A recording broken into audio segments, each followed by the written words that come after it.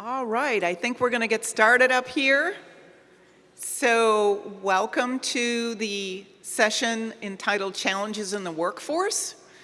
It's really great to be here today and to celebrate small businesses and veterans in our region and to talk about the challenges that businesses face, large and small, with both finding workers and retaining those workers.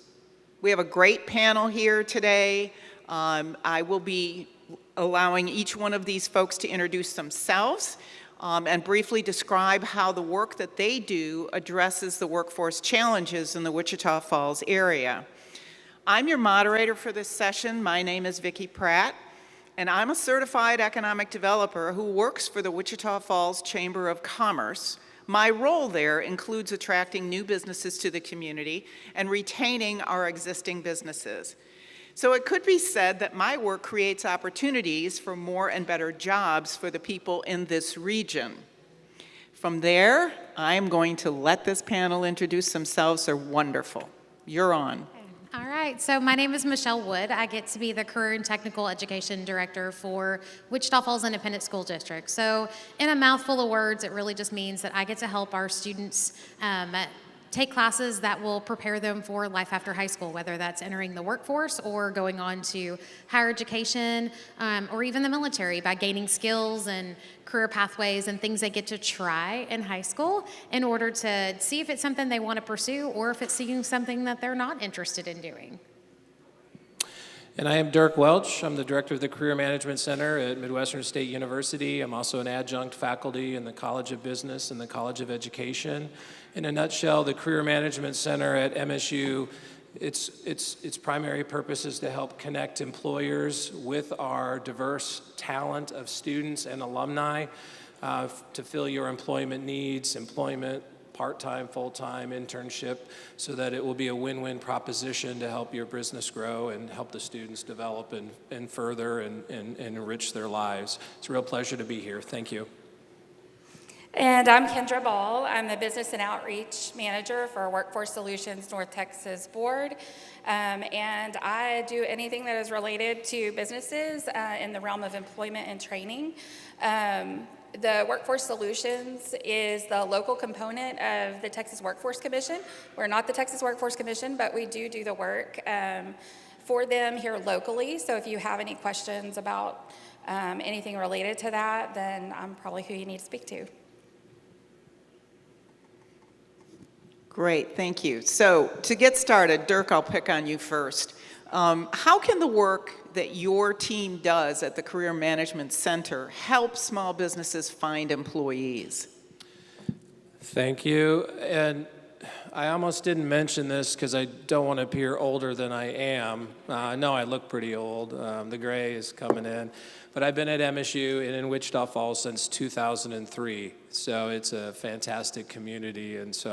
But the Career Management Center, as I alluded to, really wants to connect employers with the students and alumni. We want to keep our talent here locally. We want you to be able to tap into that talent and fill your unique needs.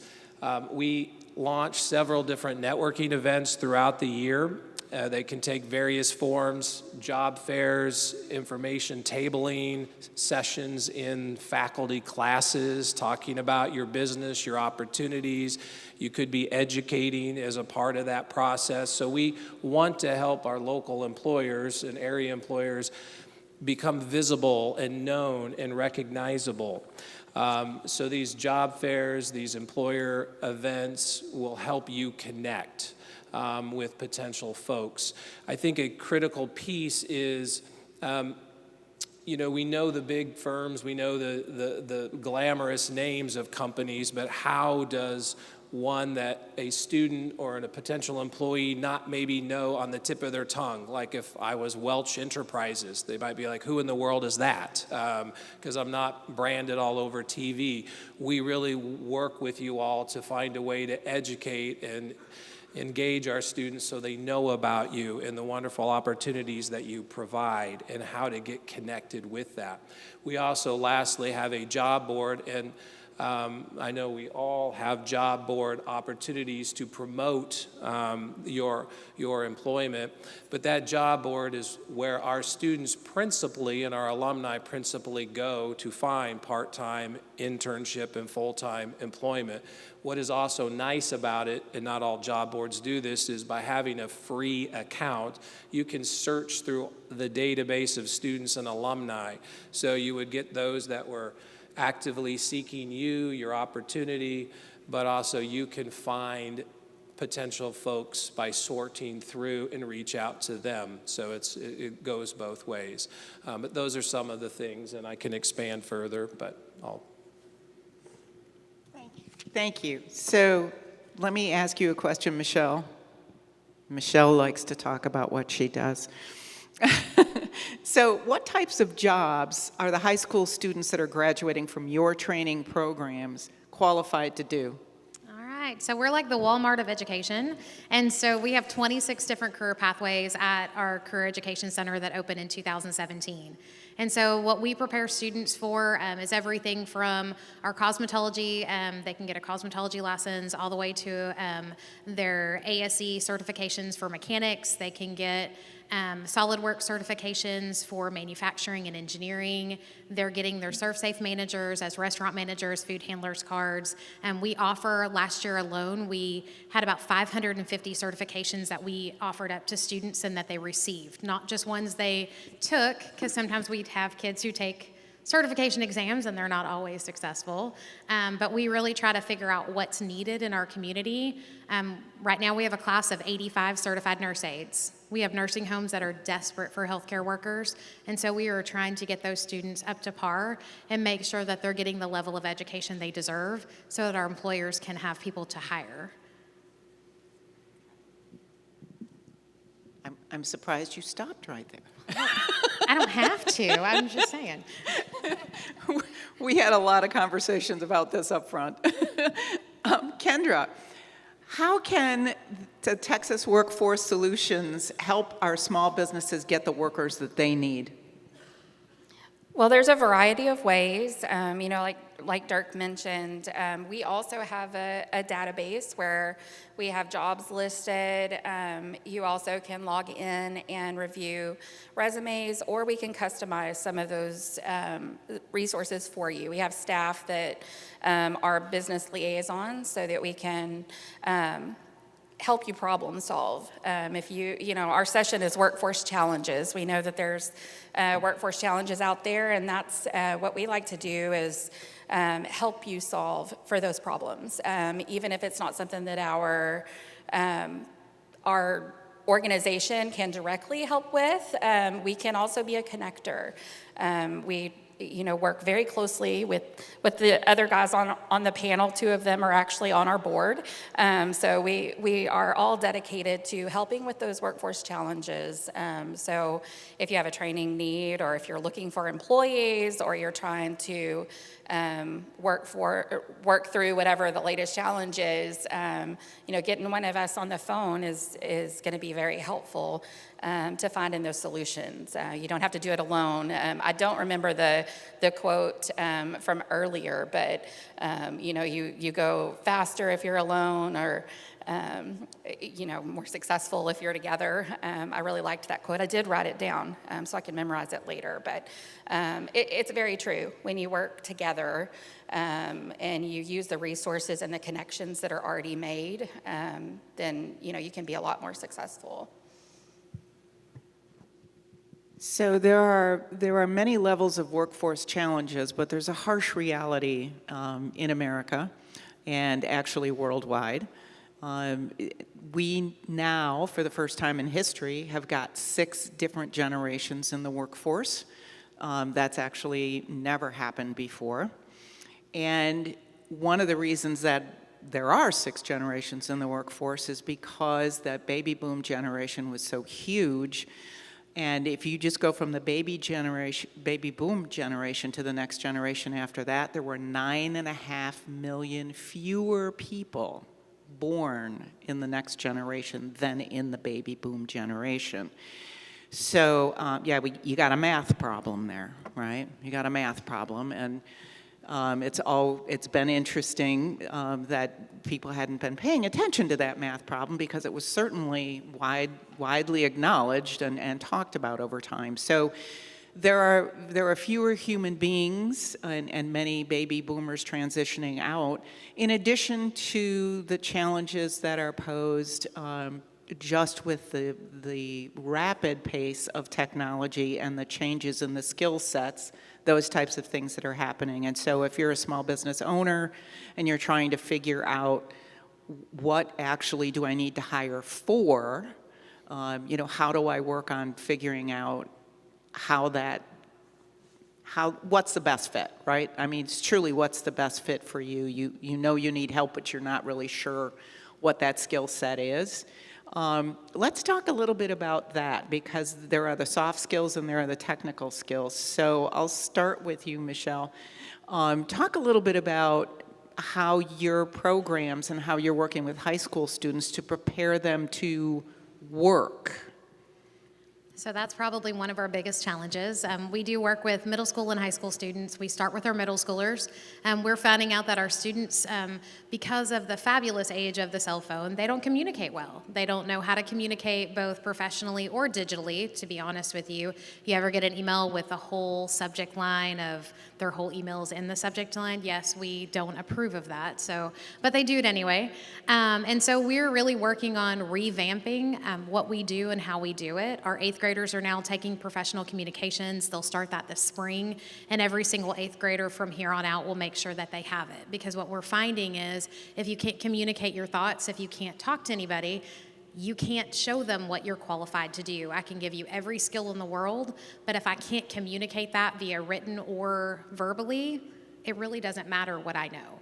And so we're finding that out. We're trying to combat that in our high school programs. Our students at the CEC are sophomores through seniors. We have about 1,500 a day.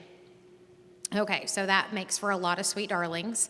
They also struggle with communication skills. They're afraid to call people.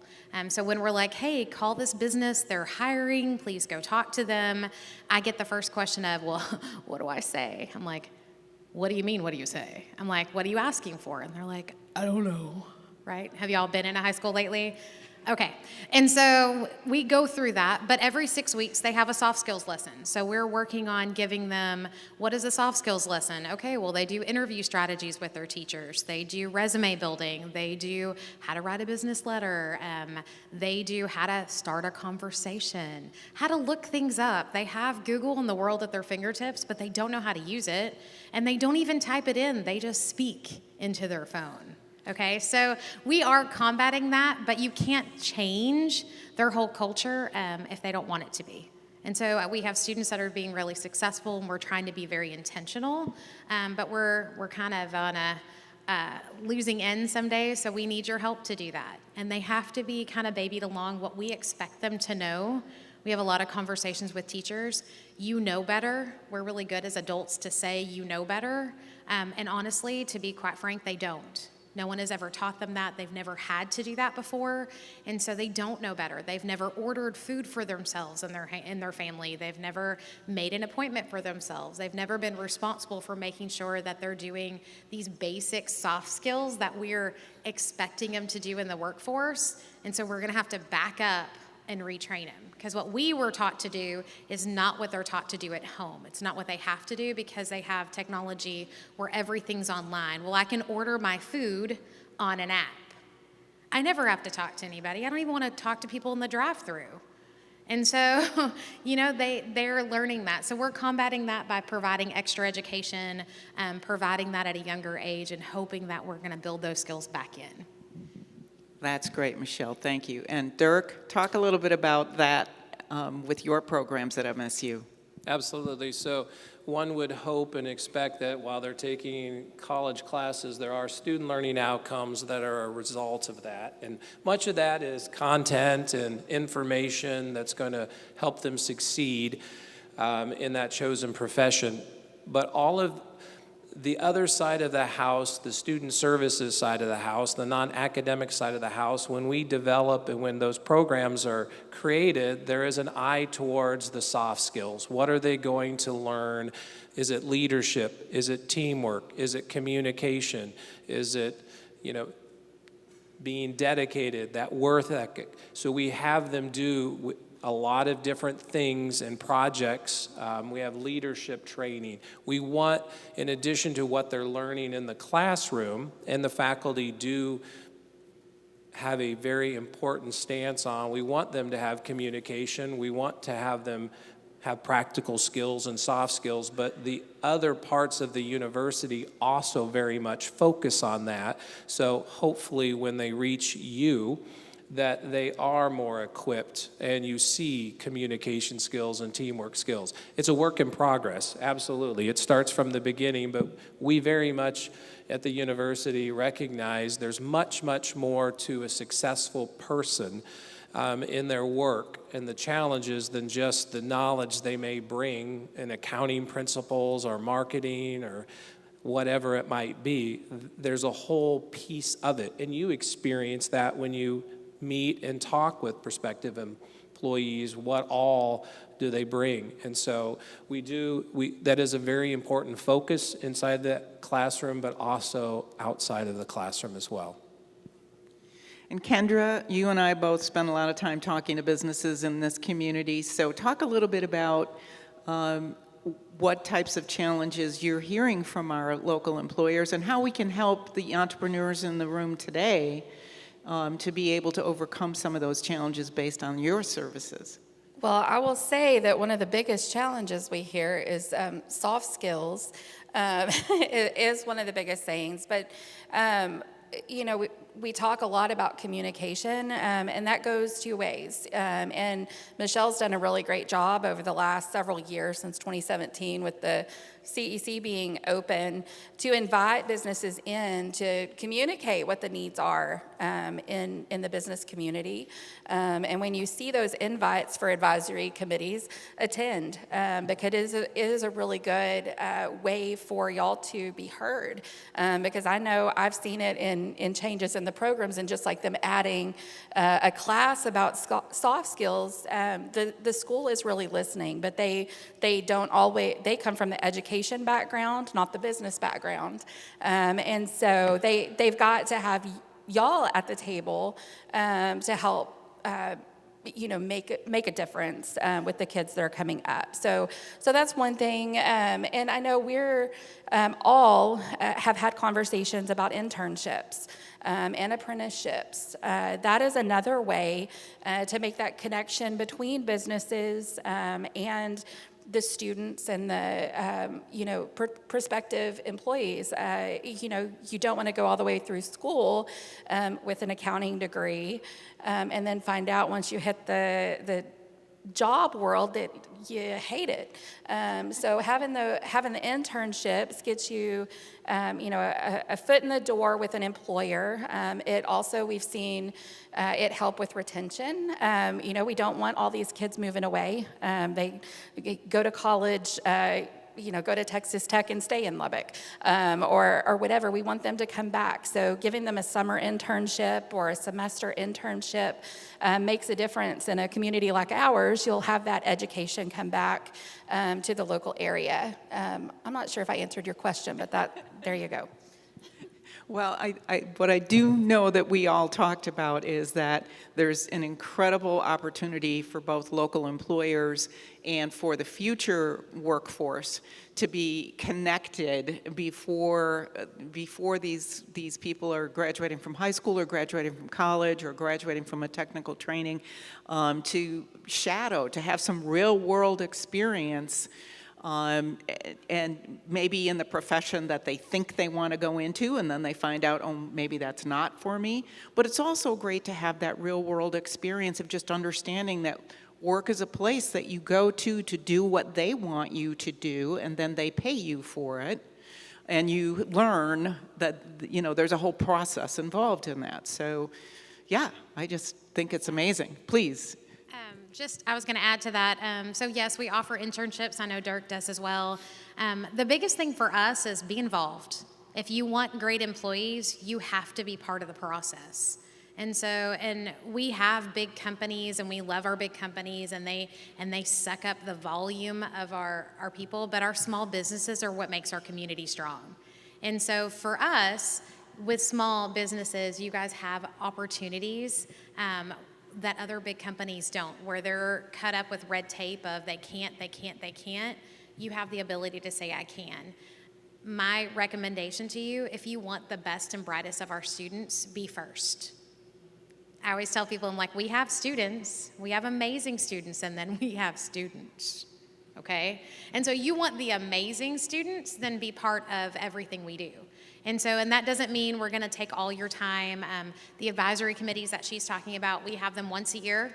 It's in October. I take an hour of your time, and if you happen to be on the lunch hour, I'll feed you, okay? But it allows you to say, what are we doing? Why are you doing that? You get to have that feedback. I like those conversations.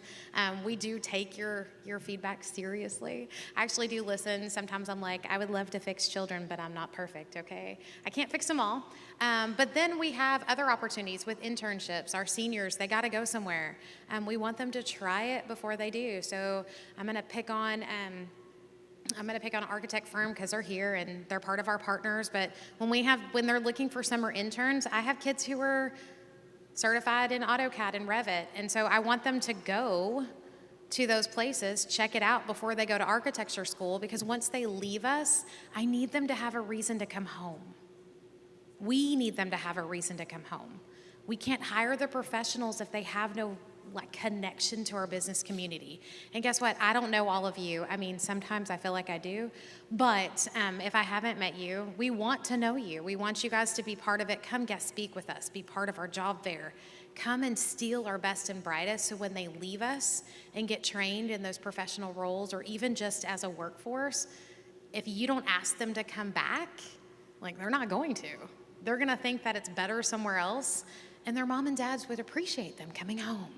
Okay, so be part of what we do. We love having business internships. We push out all of our seniors and try to have placements a few days a week if we can, or summer interns or jobs or anything. Well, and hopefully I can wrap a bow on this. The value of internships, and I hope you'll take something away, and that might be a critical piece to what you take away from this. You may not have the capacity to have a full-time employee. You may not even know if you have enough work to fulfill that need, but interns from all of these different areas, whether they're coming from the high school or college level, they can add so much and do so much and in a short period of time, and maybe meet that need and get you over the hump or get you going on a direction. So yes, there's inherent benefit to the students about trying it out, learning and growing. I think there's even more benefit to you all, especially if you don't have the capacity to, I want to take on a social media person, have that be their role. No, you can get them in the fold, someone with those skills, and build something in projects, many projects. And so internships are fantastic, and there are so many ways to connect, with the high schoolers as well as at the university. And I can tell you, the university, it's a high impact practice. We see it as essential. Of course, we look at it on the essential part for the student, but it is essential to everyone's success, your success and our success, the community. So please, that is a definite way to get involved and connect and help you grow and help our community improve. So I love this because it's hammering on the fact that, and I'm using the word hammering, Michelle, I'm hanging around you too much. But it's a two-way street, right? It's a two-way street. So for the community to provide the workforce that our businesses need, our businesses do need to be involved in that process and not make the assumption that the worker you hire has to be able to check all those boxes coming in the door. And I want to talk a little bit about that. I want to talk about smart hiring practices for our small business owners. But a little tidbit you may or may not know, the very first want ads were invented in America back in the 1930s. And what was going on in America in the 1930s, in the early 1930s? Anybody? The Great Depression, that's exactly right. So what was happening is employers who because nobody was working, right? I mean, there was massive, massive amounts of people who did not have jobs. And so they came up with this want ad process where they said, you must have this, this, this, and this, and this in order to even come and darken our doors and ask for that job. Today's world is, let's just say, different. Very, very different. So from your perspectives, what are some of the smart hiring practices that small business owners should consider as they're going out to do those hires? Kendra, you want to start? Sure. Well, I think, Vicki, you said it really well. You don't always see that ready-made employee walk into your door. But one of the best analogies that one of my mentors gave, I don't know if any of y'all have read the book, The Tortoise and the Hare, and you know that sometimes you have to slow down and invest a little bit to reach that end goal and be successful. You can't always rush the process. You need to make sure that you invest your time. And so I think that you look for the qualities that you can't teach, and you fill in with the things that you can teach. I think that's one of the biggest things when you see the resumes come across your desk, and if they've got maybe it's not a perfect resume that's exactly what you want. Maybe do a phone interview. See how they do. Do some things like that, and then bring them in for the full interview to kind of test the water. And then once you bring them on site, then you can give them that basis that you need for the skills and things like that. And take the things that you can't teach. Don't take it for granted if they don't have all the exact things that you're looking for. Well, and you hit upon it, one aspect in a word I really like, it's a process, and I'm very process oriented. And so often, though, I do realize that when I get phone calls and we get phone calls, I need someone now, and it feels definitely that way. And it's oftentimes hard to step back and think through. The more successful job opportunities, meaning the more replies by students and alumni, the more successful talent that is finding its way to you, are the ones that we have seen the employer has spent more time in that process, meaning really identifying what they want, what they need, and articulating that and communicating those expectations and those needs. They've thought through those aspects. And so the applicant knows more about, is it a fit, is it a potential fit? Also, selling you and why you are the fit for them is a part of that process. To me, it's very process-oriented and thinking through, and then what are your expectations? What do you see as the ideal person or the qualities you need? Yes, we can all write a job description. We can all say soft skills, hard skills, but I mean, really, it just puts you in the mind of when you're reviewing applications, resumes, and interviewing, you have that in mind, and it's very intentional. And so often when there's the need and you're going through the process quickly, because it feels like I got to get this moving and going, is where some of those details can get left out. I'm sure you all do a ton of the same important steps in the process. And so I don't know if we'll have any real nuggets that are so enlightening that you'll walk away or maybe stumble away dumbfounded that you had never thought of it. But in addition to that process, your training, your onboarding, your mentorship is really going to go a long way to not only retaining, but helping that individual get acclimated and on to the task that you need quickly and successfully. So mentorship, training, that process is real critical as well. What we're seeing is it's a worker's market. It's not an employer's market, it's a worker's market. Just like in the housing, it's a buyer's market right now. And so what we're seeing for our students is that if they don't know you, they're not applying with you. They have no idea you exist, and they're not going to reach out because they can work at Taco Casa and get paid $17 an hour. They're not going to look for a job, even though we understand longevity and retirement. They're very much a now-centered generation. And so I have a really hard time convincing students to take a job at less money for more work that are asking for skills because it's going to be good for their future. And so they don't see that. So for us, what I'm always asking employers to do is, A, tell me about you. Come and seek them out. They're not looking for you. They're not going to look it up. But tell me what you have, and then be transparent. A lot of times when I ask an employer, like, what do you want? Like, what are you looking for? I'm like, they want the who, what, when, where, how. And then when I ask them about how much are you going to pay, I always get well, it's going to be a range. And I'm like, well, you're not going to get an applicant. And I say that in jest because they're not going to quit their job. They're not calling you to look for something if they're going to make less than what they're currently making. I mean, they have high bougie skills, right? They've got lifestyle they'd like to retain being accustomed to. They still want to go to Starbucks and pay $6 for a coffee. Okay, and if you're going to pay less, they're not going to be able to afford it. It is what it is. And so when you're looking for employees, be honest and realistic. Tell me what you want and what you're doing. And then when you hire a student, sorry if they're high school graduates, do you remember being 18 or 16? We thought we knew a lot. They don't know a whole lot. And so you're not going to get a 40-year veteran. You're not getting the person who's going to step into your retirement person and take over all their stuff because they're going to look at you like, I don't know what you're talking about. Okay? And you're like, oh, you have computer skills? No, they don't. They have computer-ish skills. Okay? And so we have to be realistic for what we hired. We hired an 18-year-old. We hired a 17-year-old. We didn't hire a 40-year veteran who's had 4 jobs. They have some skills. They don't have great skills all the time. So we're going to hone them.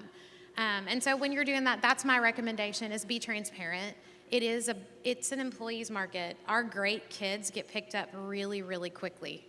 They can go anywhere they want to because they have verbal skills, they have written skills, they're trainable, right? If you can mold somebody into something you want, you're like, come on board, we will train you and teach you whatever we need you to know, as long as you're teachable.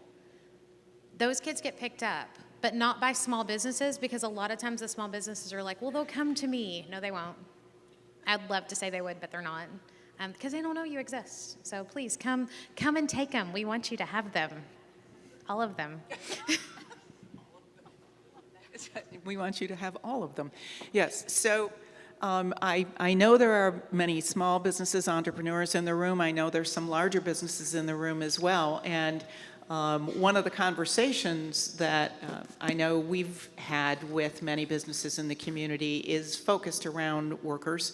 But also focused around building that career ladder and creating that kind of internal mentorship opportunity, especially with multiple generations in the workforce. And by the way, these mentorships are two-way streets. It's not just your older worker mentoring the younger worker, it's the younger worker mentoring the older worker as well. And that's where a lot of that soft skill stuff, it really pays off. I mean, yeah, there's going to be the skills in project management or being on the manufacturing floor or customer relations. There, you can learn how to use the customer relationship software, but that doesn't necessarily equate to having the communication skills to keep that customer as your customer. So there's some of that internal stuff that, again, our businesses have to be involved in. So I love the statement of, yes, these kids may be coming out of internships or mentorships at the high school level or at the college level, and you as an employer are looking for that who, what, when, where, and how, but it's the why that is mattering most to our younger workers. I cited this yesterday. We had a Human Resource Council meeting yesterday, and I found data that basically says 71% of millennials say that they will assess a work opportunity based on how it fits into the rest of their lives. I had a couple millennials in the room who said it might be higher than that, right? So the baby boom generation said, oh, I have a job and they're going to pay me X and I'll have a retirement package and I'll go. The millennials, you've got to give them a why. So let's talk a little bit about the why and the services that you all offer in helping bridge that gap.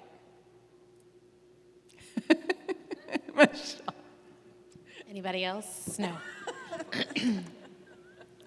Oh gosh, the why. Why do they want to work? Well, our kids today work to live, not live to work. And so a lot of things, what we're seeing is they're more interested in how much can I make so that I can afford the lifestyle I would like to live, not how do I want to live and then I'll make a job and I'll have savings and I'll do that. Like the whole thing is backwards because we've created, it's funny because we were just talking about middle school kids earlier, and we've created these bougie, very high expectation kids. And then when they don't understand, they can't afford it because the job and the career field and the college they've picked doesn't afford them to live that lifestyle, they don't understand. And so what we have to do is create the why of why they're needed, what the future holds for them. Kendra, how do you help small business owners and business owners in general understand that piece of it?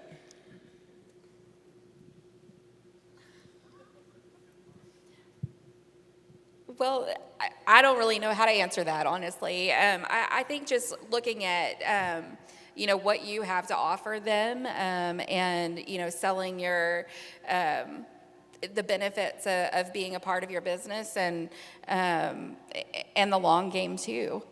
Because it's like we've mentioned several times, there's a short-sightedness that's coming out of the quick, fast-paced TikTok reel world. It's very short-sighted, and I think making a case for the long term. We've talked a lot about the youth up here because we know that's where a lot of our new employees are coming from. I really think that's what you've got to do is to show what you've got to offer instead of just them showing you what they have to offer. They've got to have an incentive, really. And just quickly, I would add to this, many of them are looking for the meaning and the purpose. And so when you're promoting your message, articulating your opportunity, sharing who you are as a company and an employer, they do enjoy learning or want to know what is your mission, what are your values, how are you engaged in the community and other. So often we think, well, they want to know about our benefits and they want to know about our pay and they want to know about the opportunities to move up the ladder or expand. And that is a piece of it. But also, how will I fit? How will I matter? How will my work with you and how do you matter to others? That purposefulness. And so it's you perhaps changing your messaging or thinking through your messaging of how you can answer that for prospective job seekers so that they see that going into the process. So we've talked a lot about the incoming workers, and we've talked about how in a tight labor market, some of the things that employers need to do. What we're really talking about is culture. At every level, the culture of the workforce and the culture in your business, because that's really what you're selling. As an employer, especially for the younger workers, it's what's it going to be like to be part of our organization? Who are we as an organization? Are we a fun place to work? And by the way, if you don't know what people think about your business in this community, go online and look at what people have to say. Because a lot of your workers or your past workers may be posting there, and you may think that your culture is X, and you may find out when you start looking in other places that other people may have a different perspective of your culture. And those are the types of things that truly do matter to young people that are coming into the workforce. They do want to be part of something. They do want to make a difference. And they do want to be part of a company that is viewed in the community as a fun place to work, as a cool place to work, as a place that makes a difference, as a place that matters in the community. So what I want to do now is just open it up to questions from the audience. If anybody out there has got any questions about, how do I find workers? How can I get involved with any of these programs? We'll open it up. Oop, got a question there. Hello. Saw Kendra look at me. We work in the same office. I am the child care contract manager for our workforce development board here in North Texas. So speaking of workforce challenges, child care. I don't hear it mentioned a lot, which is concerning, but on the back end of things, I work with these providers daily, and a lot of these businesses are closing. We have to take into account that child care centers are small businesses. Some of these people get into the business and they're like, we're gonna take care of some kids. It's gonna be a great day. And the next thing they know, they don't know how to run a business. Not only that, there isn't a lot of funding. Parents are having to pay a lot, and then owners are not paying their employees a lot, so there's a lot of retention issues, early childhood development issues because the workers are not skilled enough, they don't have enough training, adequate training for that. It's very disheartening, and here recently we have had several child care centers close in our community, and that's a workforce issue because if there's no child care, people can't go to work. So my question is, how do we fix this? It feels like there's a missing puzzle piece, and I can't figure out where it is, and I've been trying to find it for the past year and a half. Cannot find it anywhere. Anybody? I will just jump in and say that I have worked in some communities where there has been a community support, if you will, revolving around helping people who want to run child care businesses to understand how to run a business successfully. Because many of these child care businesses that end up closing as a result of the fact that they didn't have a good sustainable business plan to begin with. They really didn't understand the costs and the challenges of running an operation like that. And so, that's a thought that, someone can take up. But I've seen it be successful in actually in a community that I worked in another state because it became critical. Right, it hit that critical place, and unfortunately, it had to hit that critical place before a community foundation stepped in to fund the training program, and so that's how that went together. Anybody else? I will just mention that me and Caleb worked together really, really closely over the last year and a half, and it is a bigger problem than you might think, but what Vicki said is absolutely true, and I've had the same conversation with Walter Lambert with the Small Business Development Center, because they also see the need in child care centers to have a good business plan, but also to take advantage of the opportunities that are out there for small businesses to get off the ground, other funding opportunities to help supplement, even Workforce Solutions has a child care division to help people who want to go to work be able to afford child care.